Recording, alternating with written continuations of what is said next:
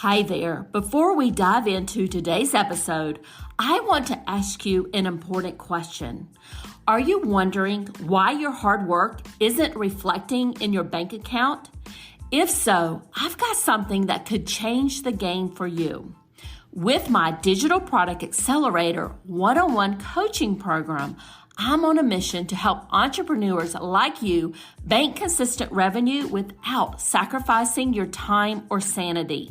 Imagine shifting from 90% client-facing work to enjoying consistent revenue from your digital products, all while reclaiming your time.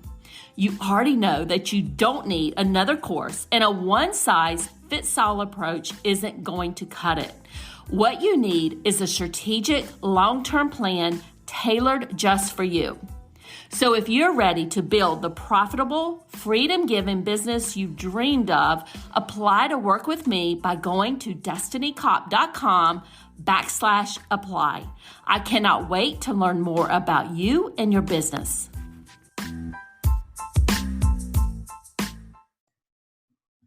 Welcome to the Course Creators MBA podcast. I'm your host, Destiny Cop. And in this podcast, we are covering actionable tips to grow your online course business. But before we begin, I want to let you know that this episode is sponsored by my free mini course in a Box, which is your plug and play system with templates and videos to get your online course created. You can grab your free course in a box by going to destinycop.com, and I will make sure that this link is in the show notes. And today we are talking about all the tasks that a course creator should outsource to a virtual assistant. And to join me and share her thoughts here, I have Danielle Cuomo. She is the founder of a firm, Virtual Assist USA. Danielle has used her MBA background to have a different vision for the company and her large team. She saw the benefits to business owners for having instant access to hundreds of different skill sets, instant productivity, and cost savings. Her firm is currently the largest US-based virtual assistant team in the United States. Danielle, thanks so much for joining me. I'm very excited to talk to you about this topic today. Thank you very much for having me. I'm glad to be here. Before we jump into all the questions that I have for you, can you tell everybody and just introduce yourself, tell them about your entrepreneur journey, and just a little bit more about your business and what you do? Sure. I have had my virtual assistant company, Virtual Assist USA, for 11 years now. And it's been a really great journey. I've had the opportunity to work with business owners from all across the world, which has been really exciting for me.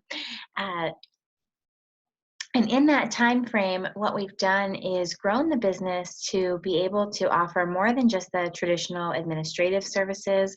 We've been able to offer a really broad range of all-inclusive services for our clients that include things like tech support, social media, marketing, etc. So it's been really great to be able to see that growth as well.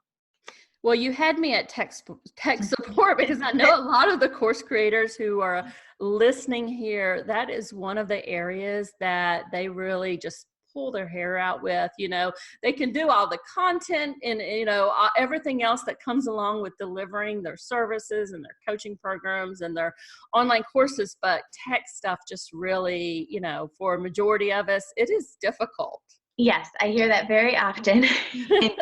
And really what my job is to be in the business of giving back time to my clients. And for them, using a virtual assistant for tech support can really be a game changer. And before someone starts working with a virtual assistant, they can be using a lot of different people, a lot of different technologies, trying to learn a lot of different platforms themselves to get going. And that can take several weeks, it can take months, it can take a large investment just to launch and get it off the ground. And so what my company has been designed to do is streamline all of that for a client, and they can come to one company and get that all done in a seamless and efficient way. So I like what you said, giving back time. And that is something I think all of us need more in our day. So Yes. let me just jump into my questions here. I have a lot of great questions for you. But really the first question is, and I'm going to kind of set the stage for everybody here, how do we know when we are ready to hire a virtual assistant? And can you go into a little bit more detail? And you talked about it just a second or so ago, but how do we know when we're ready to hire and what exactly, doesn't make sense? hmm Yes. I think there's a really important distinction here, and that's being whether you're needing to hire a virtual assistant or you're ready to hire a virtual assistant. So there is a distinction in there. And it's really two different points in your business. So I'm happy to talk about that. Most people will easily find themselves in the bucket of needing a virtual assistant. That can be when you find yourself spending more time on admin than you're spending building your business. Your family's complaining that they don't see you. You've lost that excitement for running a business. Oftentimes I'll have prospective clients come to me and say, a lot of things are falling through the cracks and I feel like I'm never catching up on work. Those are definitely scenarios where you need a virtual assistant. However, sometimes needing a virtual assistant isn't always enough, and you need to know when you're in the point of your business where you not only need to hire one, but you're ready to hire a virtual assistant. So there's really three parts there that I see in my experience that you're ready to hire a virtual assistant. Your business has to be, generating enough revenue. You don't have to be a 6 or 7 figure business rolling in the cash flow, and you can certainly start slow. You can start for just 1 or 2 hours a week. Some VA companies, like my own company, we have flexible plans, so there's no minimums to start, but you do want to have some revenue coming in so that you're not completely cash strapped or stressed about budgeting for this. You have to be ready to let go, at least a little bit. You have to be ready to give up on the idea that you have to have your hand in every little detail of the business. You have to be ready to just give up a little bit of control and trust your virtual assistant and know that they are the experts in their area. They've been hired for a reason, and that you can feel comfortable relinquishing some of that. And then finally, you have to have processes in place. And if you don't, you have to be willing to make them. So our virtual assistants will work with clients to establish processes, establish standard operating procedures, create systems for things. And that's absolutely fine if you don't have anything existing, just as long as you're willing to make some processes. It's really important, not only for the sake of the relationship with your VA and the efficiency and the time and the money that you're spending, but it also really makes sure that the integrity of your brand is protected, that your mission and vision are protected, and that you're doing things that are going to drive your business forward. So that's what I would say is most important for knowing when you're ready to hire a virtual assistant. I think all of us would fall in the category of needing a virtual assistant, right? Yes. We're, probably stuff may be falling through the cracks. We feel like we're doing a lot of admin work rather than strategically working on our business. But go into your 3 points where you mentioned when folks are ready. So generating revenue, and it doesn't have to be a lot, as you mentioned, because you can hire somebody for like 1 to 2 hours per week when you have the flexible plan. So that's really good news. Ready to let go. I know a lot of us are control freaks for sure, but I think you can probably get there. But I also like the point that you made about having the processes in place. Yes. Or willing to put them there, because you need to, like, if somebody's contacting you, they have an issue with your online course, you need to have processes in place so that VA actually knows how to handle that customer situation. Yes, absolutely. And like I said, it doesn't have to be something that you have a whole operating manual for a virtual assistant on day one. Experienced virtual assistants can work with you to create those processes, and they can say, here's what's worked in the past, here's what hasn't, here's what we should look at doing. But it's definitely something you want to be willing to systematize your business as well. Perfect. So let's talk about some tasks that a course creator should outsource to a VA. So based on your, 10 plus years of experience, what do you see working best for most online smaller entrepreneurs? Yes. So in terms of course creation, the easiest way I would say it is all things tech. That's something where I see a lot of entrepreneurs and small business owners who are amazing and they're phenomenal at creating the content, but the tech piece can really trip them up a little bit. The tech and the marketing piece, I would say. And while it's certainly something that they can learn or they can study and do online tutorials, it's really not a good use of their time.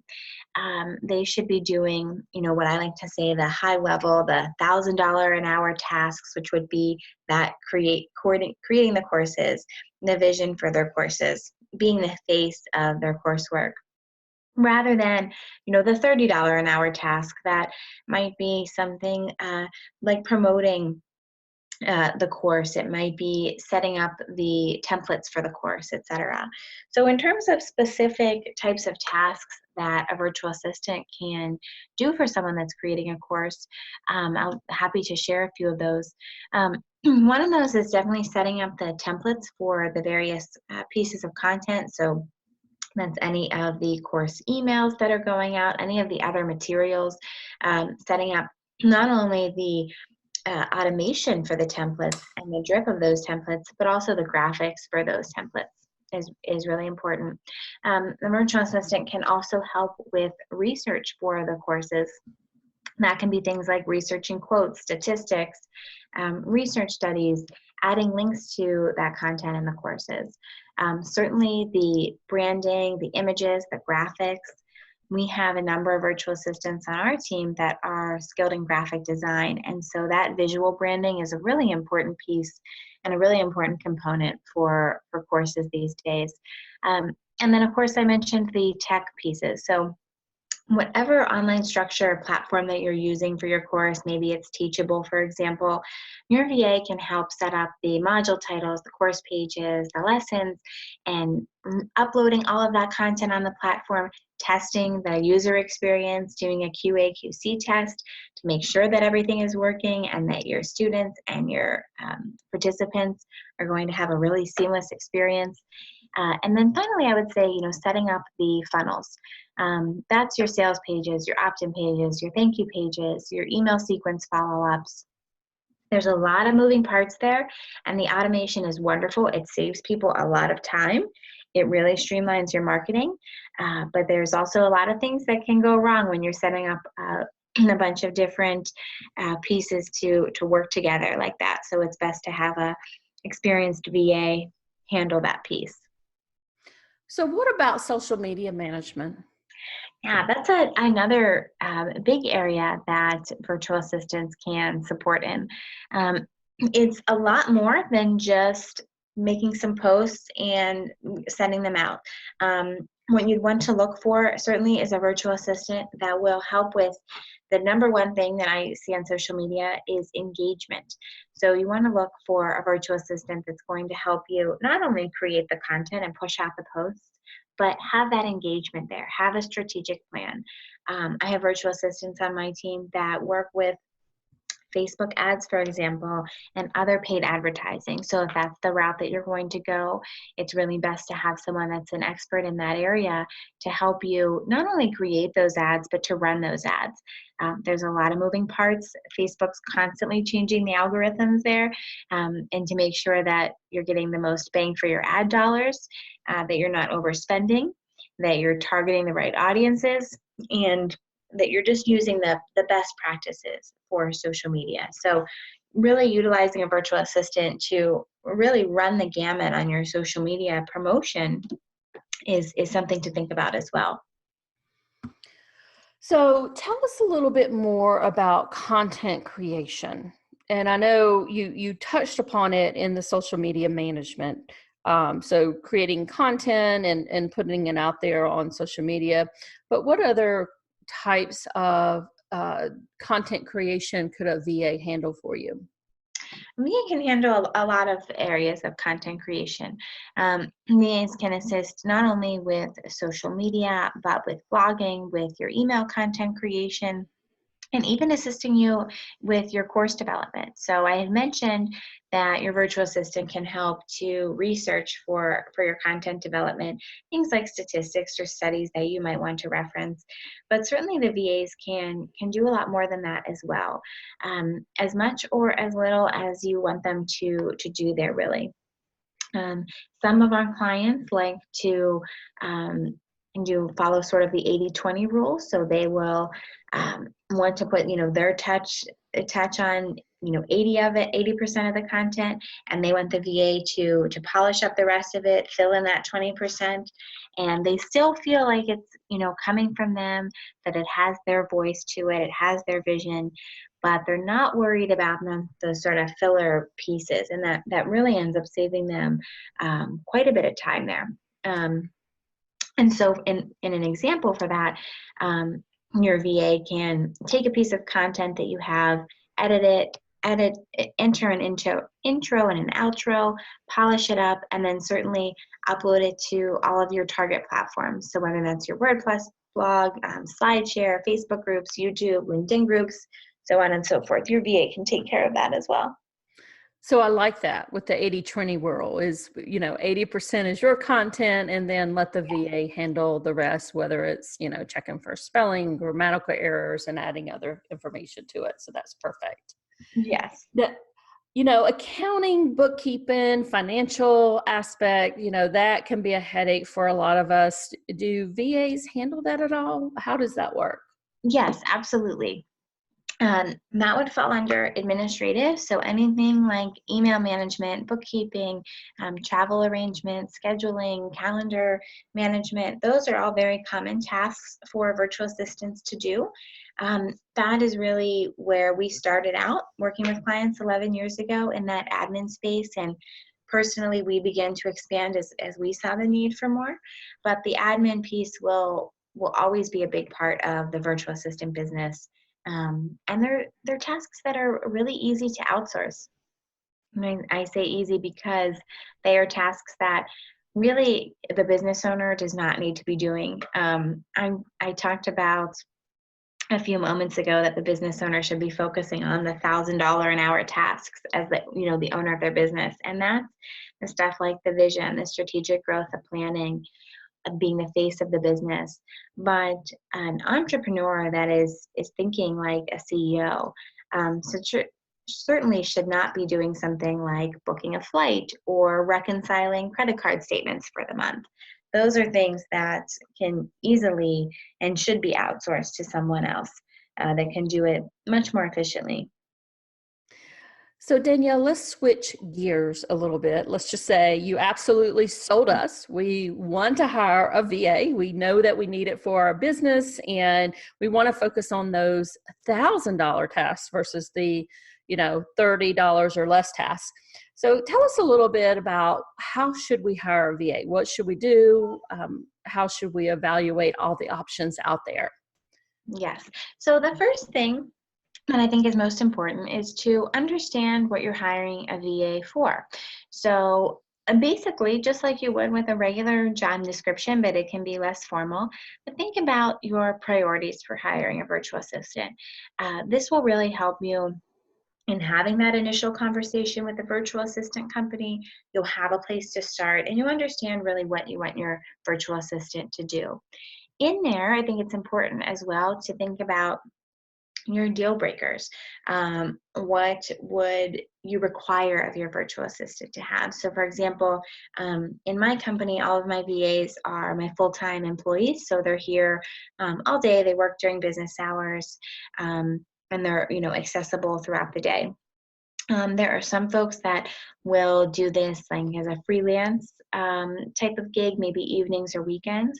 So that's something to think about as well as you're hiring a virtual assistant. Do you want someone that's going to be there during the day, or do you are you okay with having someone that's maybe a freelancer or a part-timer?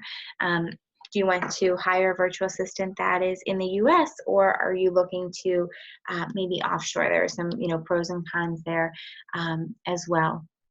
So those are the first sort of 2 steps. And then from there, it's really easy just to reach out to a virtual assistant company, say, here are my top priorities. Here's what I want to get done. And they will, take it from there.